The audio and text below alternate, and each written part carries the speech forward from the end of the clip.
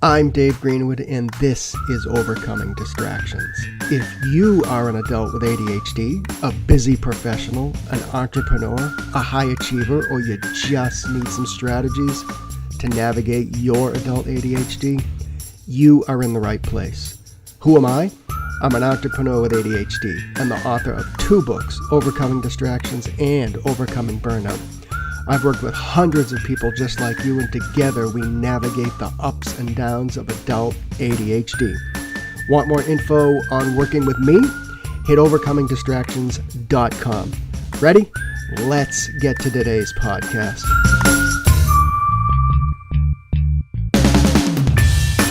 All right, gang, we are back.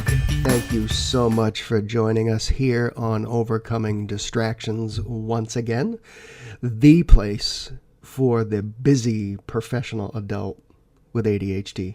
So I hope you are doing whatever you can to lower your stress level this week, as I ask you to take into consideration every week. So that's actually what we're going to chat about here for a few minutes. I just saw a report in a human resources publication that stated that after surveying over 1,000 people, that 8 in 10 of those employees surveyed indicated they feel burned out. And I'm asking you if you feel you are one of these people. Do you feel burned out?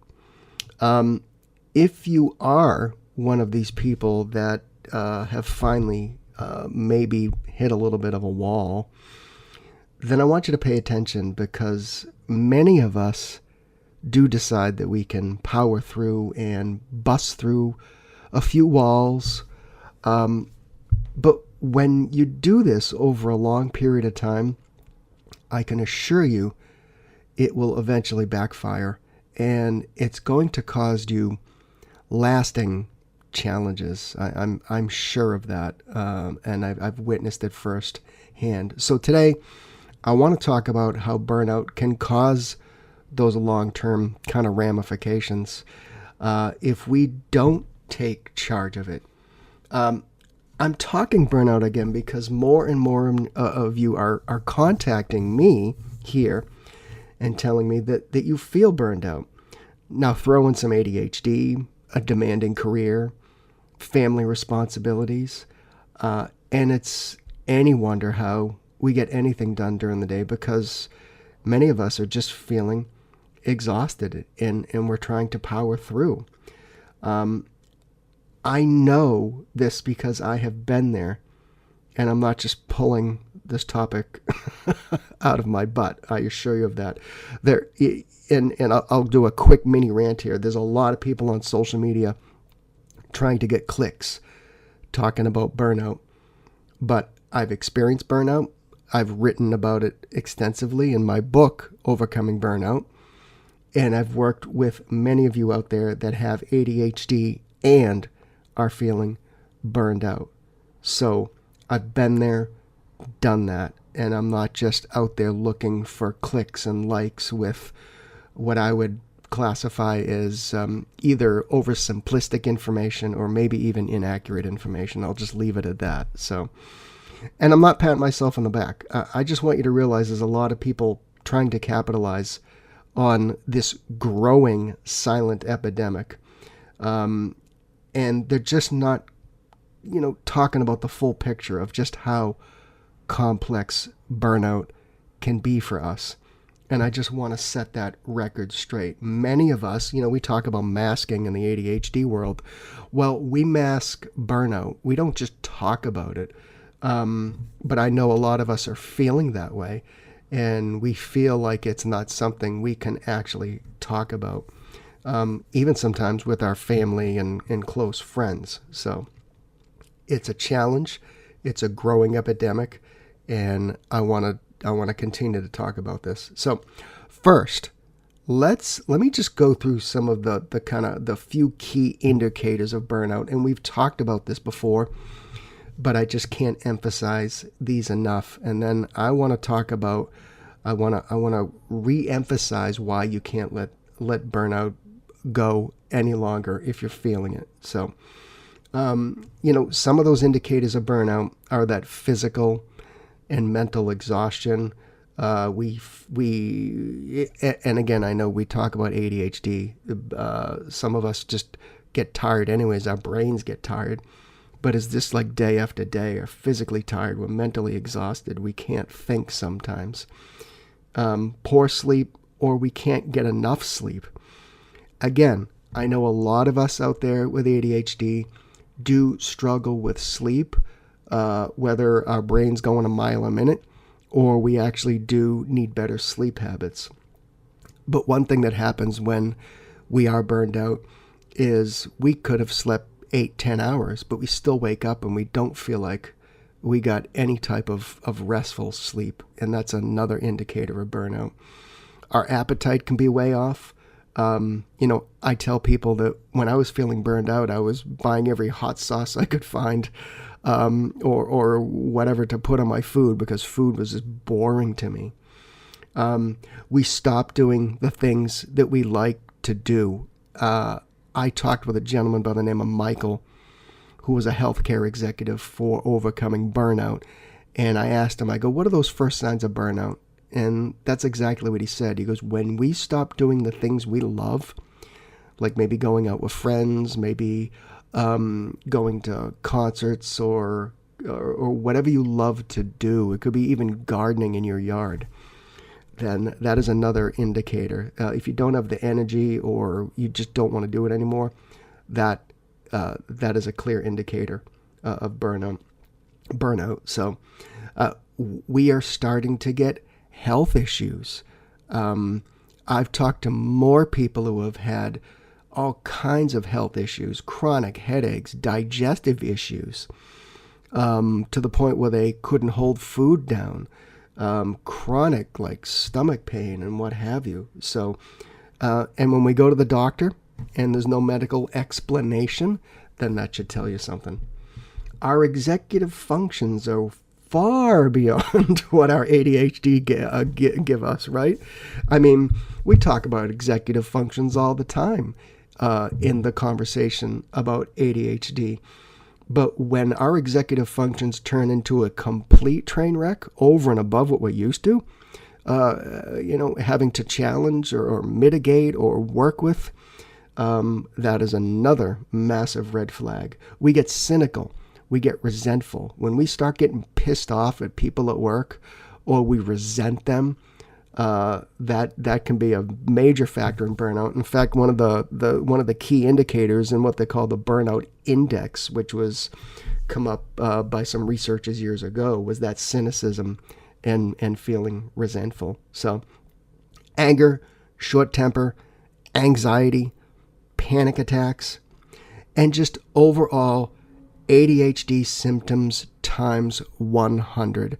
If your ADHD is getting worse and you're feeling this in the workplace and you're feeling it when you go home, those are just clear signs of heading into burnout. That is burnout. So I know people, I've worked with people that are so burned out that their life and career, for some of them, has actually come to a screeching halt. And it's tough to get back at it. We suffer. Our careers suffer. Our finances suffer. Our relationships suffer. So I want to take you through the reasons why you should not let this go any longer. You can call it a reality check. You can call it a wake-up call. But today, I'm telling you, stop ignoring your burnout any longer, especially if you are a busy adult with ADHD. All right, so let's get into the reasons why I don't want you to ignore this anymore. If you're feeling like this conversation is hitting home or resonating with you, or you feel like Dave's talking to me. So, one of the first ones is those physical health problems and challenges. Chronic stress associated with burnout increases that risk of those numerous health issues. Being in burnout long term can lead to cardiovascular disease, hypertension, heart disease, increased blood pressure. It can actually weaken your immune system if you feel like you're getting sick all the time. Being burned out is going to be a major factor in that. We talked about gastrointestinal problems, stomach problems, digestive problems. It's one of the clear indicators that so many people I've talked to have had challenges with. And burnout can be linked to chronic fatigue. It can be linked to those massive headaches, the ridiculous sleep patterns. And not addressing this just continues to exacerbate those physical health concerns, which only get worse, and then they run you down, and then it's even more difficult to actually correct course and get back to quote unquote normal. So, on the same, page is those mental health issues that, living in burnout for too long can lead to a whole host of mental health problems. I've talked to people that have gone into, some type of depression, anxiety.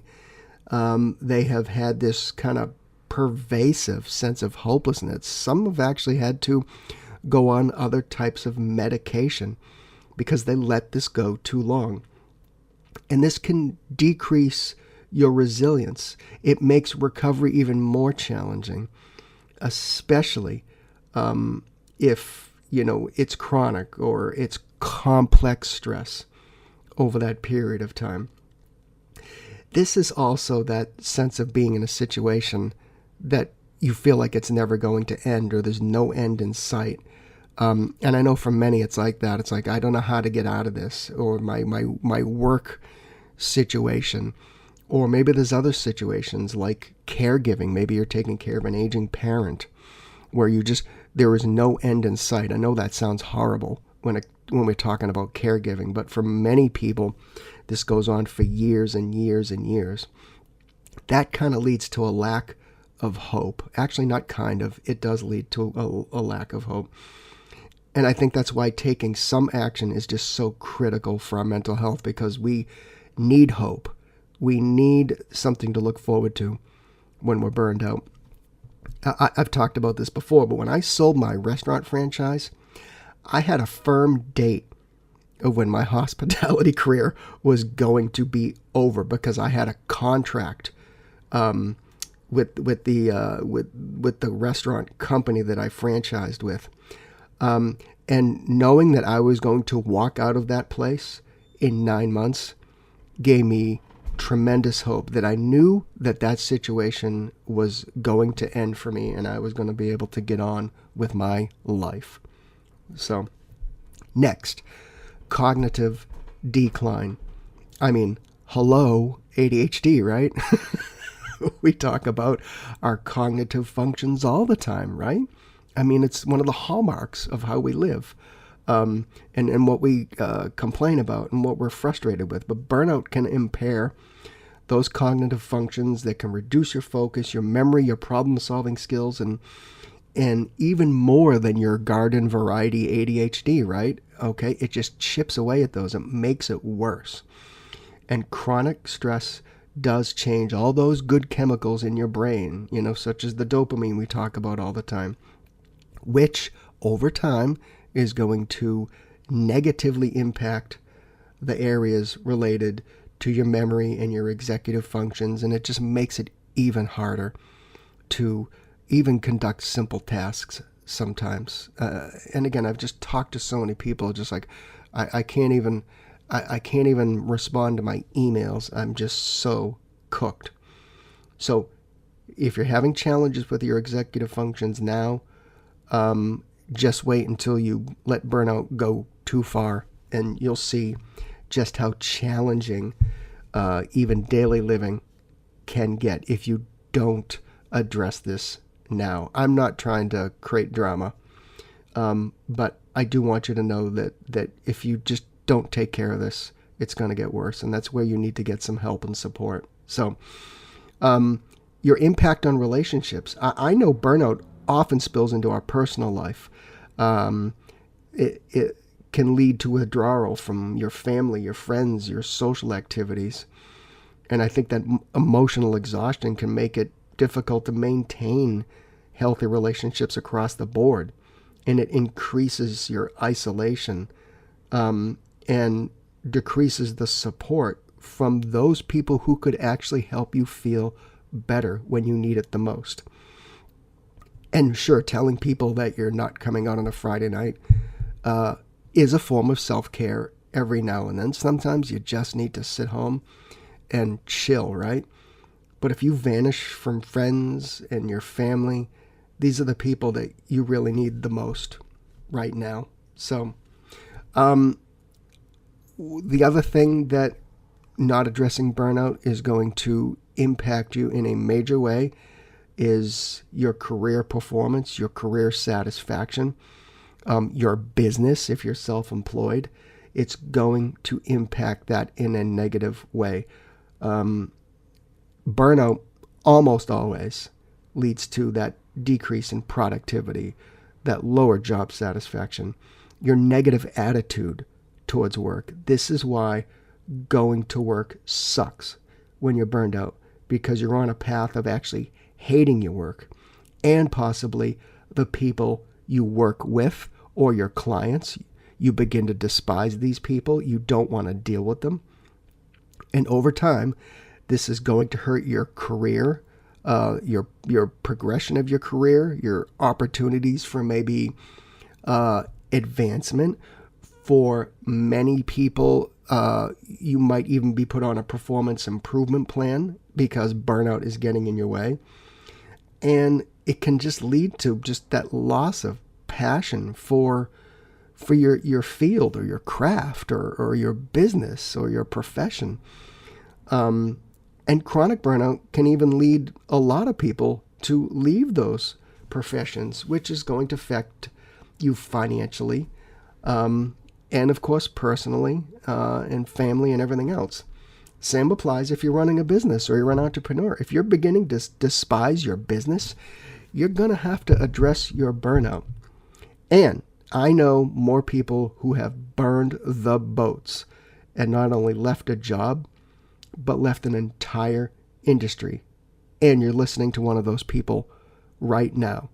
And I've worked with others who have severed ties with the job they did, their profession, and their industry because burnout went too far. You also run the risk of developing chronic burnout. Burnout is chronic stress, but when burnout continues to persist and take over your life without some type of remedy or intervention, it's going to become a habitual state, right? Chronic burnout is most times more difficult to recover from as your body and your mind adapt to that prolonged stress. And I might add, not in a good way.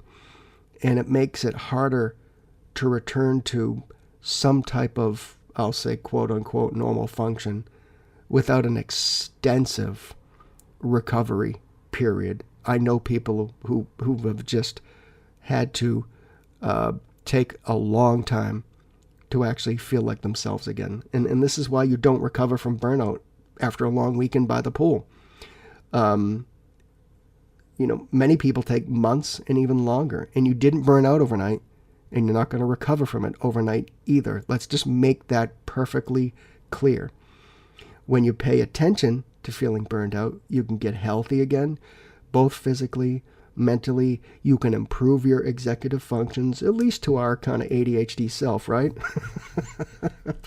Which was much better than when we were burned out. So you improve the mood, being around you in those relationships. And I can tell you when you're burned out and you don't take care of it, there's going to be some people that are just not going to want to be around you anymore. And those can be close people to you.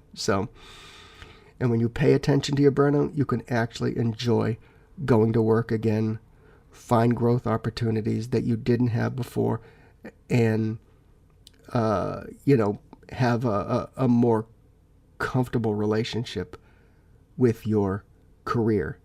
And if you don't fix burnout now, you're going to run the risk of actually not being able to work. And again, I'm not trying to create drama here. I want to make sure you receive this message. I've talked to people who have heart attacks, miscarriages. They've taken leave of absences from work. They've gone to numerous doctors about stomach pain. So this is real. And sadly, burnout is on the rise. And for those of us with ADHD, I think we can hit burnout harder and faster. So please don't ignore this. And I'll add one other thing that I alluded to. We are also running into a time period here in history where more and more of us are becoming caregivers. There are more people that are becoming of that retirement age and older, and a lot of us are going to find ourselves in a caregiving role where we have to take care of an aging parent, a family member, and throw ADHD and a demanding career into all that. And this is a troublesome, situation. It's a troublesome mix of stressors. So if you're starting to feel burned out, let's address it now. Now, if you need some help, hit me up on the website, book a chat with me. I've been there. I've done that. I know what you're going through. And I know that combination of adult ADHD and burnout, and we can start to work on the mechanics of getting you out of this situation. So that's it. Hit overcomingdistractions.com if you want to book a chat with me and see if we are a good fit. Book that little button, and I'll catch you next time.